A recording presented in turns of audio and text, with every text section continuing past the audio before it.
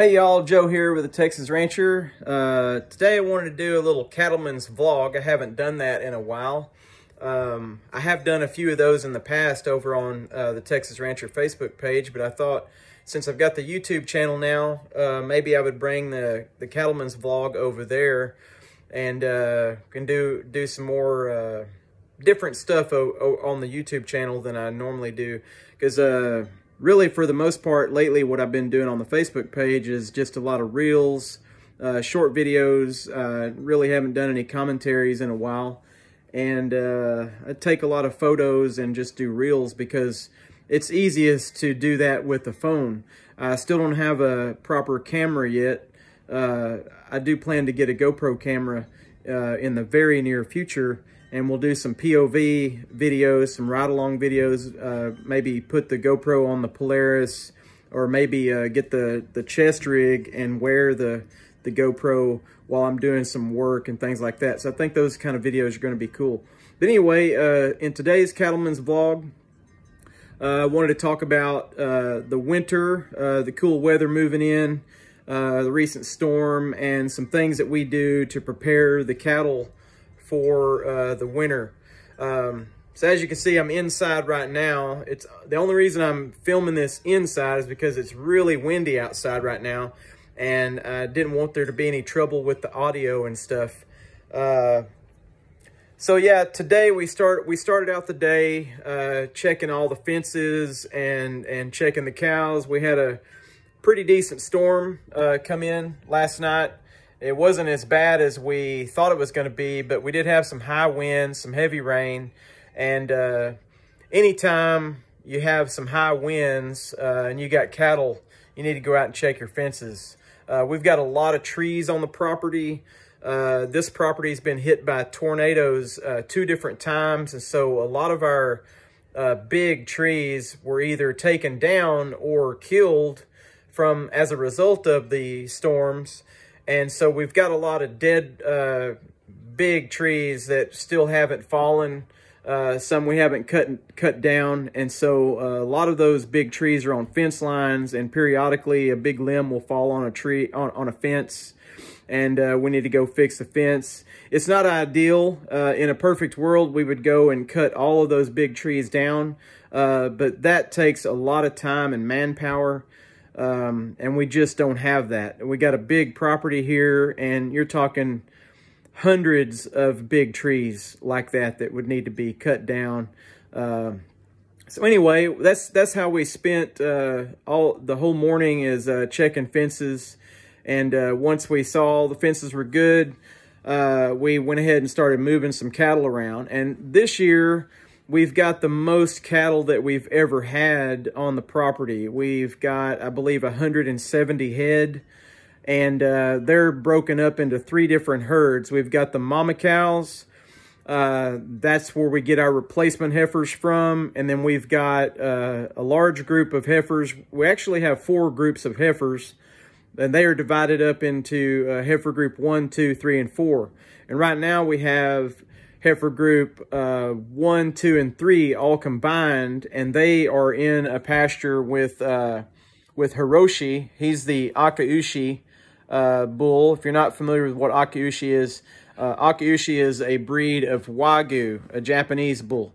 And so we've got him in there, but we do plan to get another Wagyu bull in there with him, because that herd's really too big for one bull to manage. There's 70 cows in there all together. Now that's counting calves, not all first calf heifers, but that's a big group for one bull. Really, it's only ideal for, with the Wagyu, they say they can manage a little bigger herd than an Angus or other bulls. They say 25 to 30, well, actually say like closer to 40 head per bull, I believe. So we're going to get another bull to add in there probably by spring, but they're expensive. He cost a bunch of money. So anyway, so we got the mama cow herd. We got them up in the north pasture right now. They can graze up there probably until, well, we hope they can graze up there till December before we start having to feed them hay or move them out. And then we've got Kevin. He's in the south pasture on the far end of the property with his little group of heifers. He's only got 18 in there with him, and not all of them are old enough to breed yet. Eventually, they will be moving in to the herd with the Wagyu bull with Hiroshi. And then we got Hiroshi and his cows in the middle of the property. They use the east pasture, and they're kind of in there with the horses too. So with that big of a herd that we've got and this amount of land, we've got almost 500 acres here on this property, and we're going to be stretching it thin this winter. We got enough hay. We planted some winter crops, and they still hasn't come in yet. So on the winter crops, we're hoping that can be kind of our little bank account of grazing pastures. We planted 2 pastures with winter coverage, and so as soon as that stuff starts growing in, then we can move some cows into those pastures as well. So we got 9 pastures here that we can move cattle in and out of throughout the year for grazing. So we've been lucky so far. We haven't had to put out any hay. A lot of our neighbors and local farmers and ranchers around here were feeding hay heck before fall even got here, because they have too many cows on a small property, or they just didn't have the resources that we do, and we've been really lucky. So we have not put out any hay yet. We've still got green grass out there. We did have an early freeze a couple weeks ago. It was just a light freeze, but we think that it did kind of put a damper on some of the grass. Now, we got a pretty good rain last night, but we did have a cold front move in. We hope that rain was just enough to maybe get a little bit more grass growing. It's hard to tell if the grass has really been stunted by the cold weather just yet. We just had that light frost. Right now, we've got cows spread out, 3 different herds across the property, trying to manage them, for the winter. So that's kind of what as cattle ranchers have to do. Is you've got to try to plan ahead for the winter. Make sure you got enough hay.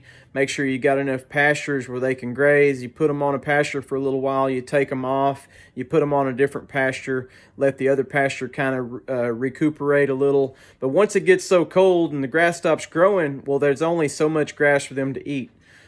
We do have some forested areas that actually still has a lot of green grass in it and a lot of foliage they can get in there and munch on. So we're lucky there.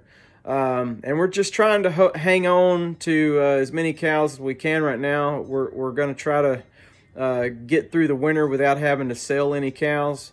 That young herd that Kevin is on, they'll be moving in with heifer group 1, 2, and 3 eventually when they get a little older, and then we'll put Kevin back out there with the mama cows, and him and Tom Selleck and Sean Connery, the other 2 big bulls, they'll be on the mama cows. And so that's where we get our replacement heifers from. And our plan is with Hiroshi, the Wagyu or Akaushi, is to breed him with the Black Angus heifers and produce F1 hybrids, and that'll be some really good beef. Really bring a lot of money on the beef. So yeah, for y'all that don't know, we're a cow-calf operation. So we use the mama cows to produce heifers. Bulls we sell off. Some of them we keep for breeding in the future, or we sell to individuals, or they go to the sale barn. And then the heifers, if they look good, then we'll keep them on and as replacement heifers, and they'll grow up to be mama cows and spend the rest of their life here making babies. So that's kind of the rundown of the operation here. So I just wanted to kind of give y'all little tutorial, I guess, on how we do things here. when it comes to ranching, you know, everybody's got a different way of doing things. Everybody's got their opinion, as with any, you know, hobby or activity that people do. They've always got their own opinions. And when it comes to ranching, it's no different. You know, there may be some ranchers watching this video thinking that I'm just stupid and I don't know anything, or there could be some people that might learn something. But I really, this channel is for, I think, geared more towards beginners, people that don't know a whole lot about farming and ranching, or people that just love animals and like to look at the country life. Maybe that you live in the city and you grew up on a farm, and maybe you just like to, you know, see this kind of content. I'm not really a guru of any kind. I'm not trying to just teach people how to be a rancher.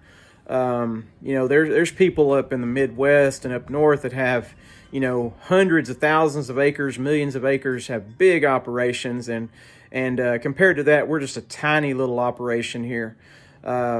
You know, we're almost 600 acres total, I think, if you count this property and other property. And, you know, we're not a big operation by any means. You know, even out here in East Texas, there's people that have thousands of acres, you know. So,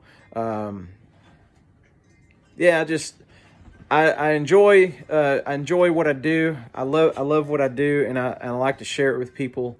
I haven't seen a lot of people doing this sort of thing on YouTube, and I thought it'd be kind of cool.